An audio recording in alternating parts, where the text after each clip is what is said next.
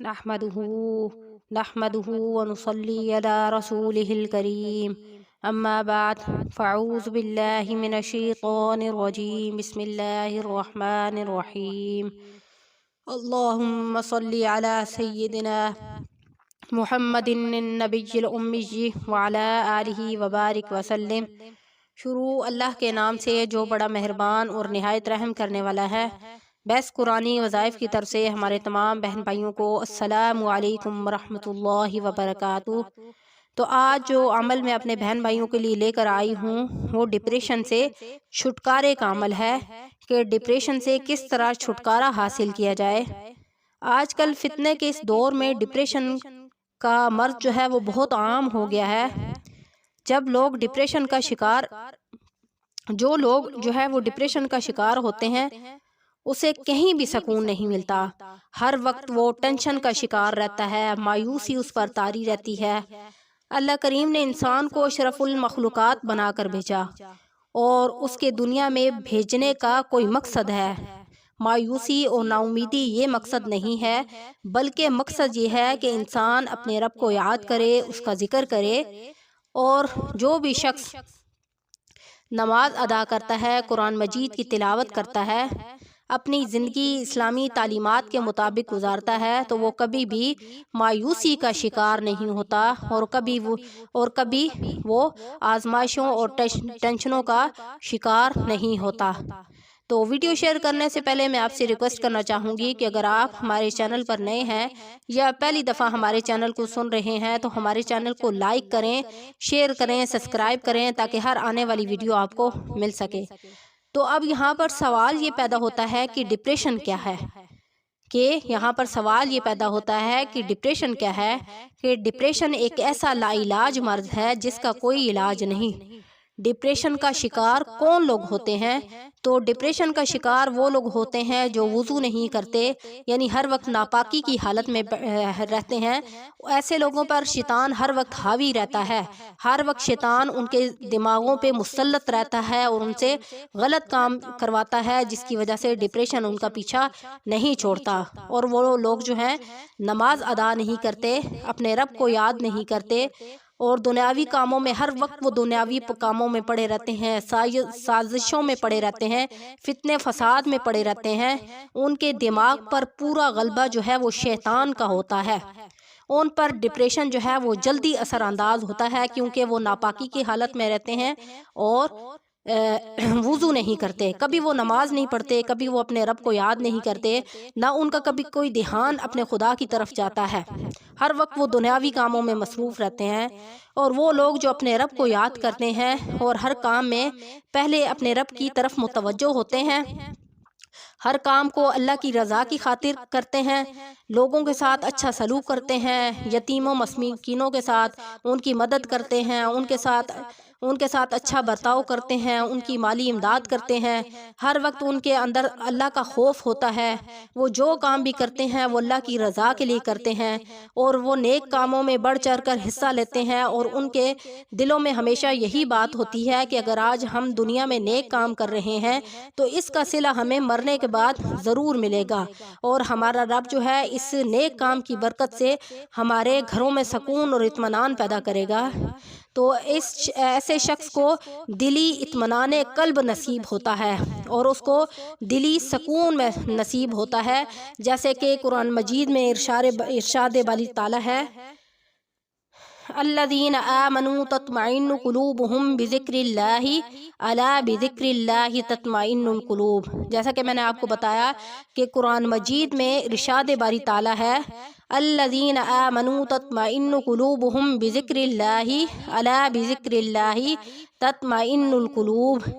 اس آیات مبارکہ میں واضح طور پر بتا دیا گیا کہ جو لوگ ایمان لائے ان کے دل ہمیشہ اطمینان میں رہتے ہیں، اللہ تعالیٰ کے ذکر سے۔ بے شک اللہ تعالیٰ کا ذکر جو ہے وہ دلوں کو سکون بخشتا ہے، اور وہ لوگ جو خدا پر ایمان نہیں رکھتے وہ ہمیشہ پریشان رہتے ہیں، شیطان ان پر ہمیشہ غلبہ رکھتا ہے، کیونکہ وہ خدا پر جب ایمان نہیں رکھتے کیونکہ انسان کے دل کا سارا دار و مدار جو ہوتا ہے دل کے اطمینان کا، وہ اللہ پاک پر، اللہ کریم پر ایمان لانا، ایمان کا ہے۔ اگر کوئی ایمان والا نہیں ہے، یعنی وہ خدا پر ایمان نہیں رکھتا، ہمارے نبی پر ایمان نہیں رکھتا، وہ ہمیشہ پریشان رہے گا، ہمیشہ آزمائشوں میں مبتلا رہے گا۔ اور جو خدا کا ذکر نہیں کرتے، اپنے رب کو یاد نہیں کرتے، اور نہ خود خدا کا ذکر کرتے ہیں، نہ اپنی اولادوں کو اس کی تلقین کرتے ہیں، ایسے لوگ ہمیشہ پریشانیوں اور ٹینشنوں کا شکار رہتے ہیں۔ کبھی ان کے دلوں کو سکون و اطمینان نصیب نہیں ہوتا، وہ مسلسل جو ہے وہ ڈپریشن کا شکار رہتے ہیں۔ اور اگر آپ چاہتے ہیں کہ آپ کے گھروں میں پریشانیاں ختم ہو جائیں، آپس میں محبت اور اتفاق ہو جائے، گھروں میں جھگڑے اور فساد ختم ہو جائیں، تو میرے بہن بھائیوں، اپنے رب کو یاد کرو، دل کے ساتھ اپنے گھروں میں خدا کا ذکر کو عام کرو، اپنی ماں، بہنوں اور بیویوں کو اسلام کے بتلائے ہوئے طریقوں کے مطابق یہ زندگی گزارو، اور ان کو خود بھی ان اسلام کے بتلائے ہوئے طریقوں کے مطابق زندگی گزارو، اور ان کو بھی بتاؤ، تاکہ خدا کا ذکر عام ہو، گھروں میں جھگڑے فساد ختم ہو جائیں، اتفاق، محبت اور برکت پیدا ہو۔ اور ڈپریشن کا علاج اس سے بڑھ کے اور کوئی نہیں ہے۔ ان طریقوں کے علاوہ آج میں آپ کو ڈپریشن سے بچنے کا عمل بتاتی ہوں۔ ایک تو یہ ہے کہ آپ جب اپنے رب کو یاد کریں گے تو خدا کی طرف سے آپ کا دل جو ہے ہمیشہ سکون میں رہے گا، آپ کبھی ڈپریشن میں مبتلا نہیں ہوں گے۔ اگر آپ کبھی ڈپریشن میں مبتلا ہو گئے تو اس کے لیے میں آپ کو قرآن مجید کی آیات مبارکہ سے ایک حل بتاتی ہوں۔ تو یہ جو عمل میں آپ کو بتاؤں گی، یہ عمل جو ہے وہ بہت ہی آسان اور مجرب عمل ہے۔ وہ یہ ہے کہ پہلے تو آپ نے 5 وقت کی نماز کی پابندی کرنی ہے، دوسرا جو ہے خدا کا ذکر کرنا ہے، اور تیسرا یہ ہے کہ ہر فرض نماز کے بعد آپ نے اس عمل کو اپنی زندگی کا دستور بنا لینا ہے۔ تو جب آپ اس عمل کو زندگی کا دستور بنا لیں گے تو کبھی بھی آپ پریشان نہیں ہوں گے، ٹینشنوں میں مبتلا نہیں ہوں گے، ہمیشہ آپ کا دل جو ہے وہ سکون اور اطمینان میں رہے گا۔ تو کبھی دماغ پر آپ کی کوئی بھی بات جو ہے حاوی نہیں ہوگی، کیونکہ یہ شیطان ہمارے دماغ پر ہمیشہ مسلط رہتا ہے، وہ ہم سے ہمیشہ غلط کام کروانے کی کوشش کرتا ہے کہ کوئی نہ کوئی میں ایسا کام کروں، کوئی نہ کوئی یہ اس کے دماغ میں غلط بات ڈالی رکھوں تاکہ یہ غلط کام کرتا رہے اور مسلسل گناہوں میں مبتلا ہوتا رہے۔ تو آپ نے کرنا کیا ہے کہ ہر فرض نماز کے بعد آپ نے اول آخر درود ابراہیمی پڑھنا ہے۔ درود ابراہیمی کا آپ کو اس لیے کہا جاتا ہے کہ درود ابراہیمی کی بہت زیادہ فضیلت ہے۔ جیسا کہ آپ کو پتہ ہے کہ درود ابراہیمی پڑھنے سے اگر کوئی ایک دفعہ درود ابراہیمی پڑھے گا تو اس کو 100 شہیدوں کے برابر ثواب ملے گا۔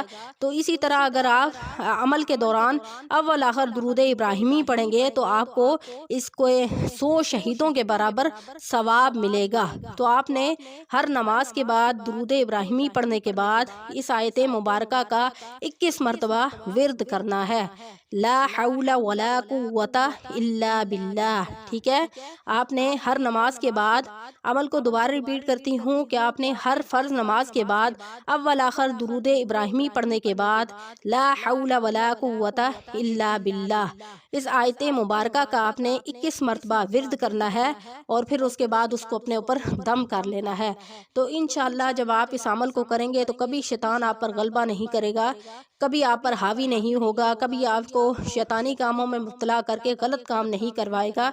تو انشاءاللہ امید ہے کہ آپ اس عمل کو خود بھی کریں گے اور آگے بھی اپنے بہن بھائیوں کے ساتھ شیئر کریں گے۔ آپ ایک دفعہ اس عمل کو اپنا کر تو دیکھیں، بہت ہی مجرب عمل ہے، بہت ہی خاص عمل ہے، کبھی بھی آپ جو ہے ڈپریشن کا شکار نہیں ہوگے۔ تو انشاءاللہ اس عمل کے کرنے سے آپ ہمیشہ ڈپریشن سے آپ کو نجات مل جائے گی۔ تو انشاءاللہ نیکسٹ ویڈیو کے ساتھ آپ کی خدمت میں حاضر ہوں گے۔ وآخر دعوانا ان الحمدللہ رب العالمین۔ السلام علیکم ورحمۃ اللہ وبرکاتہ۔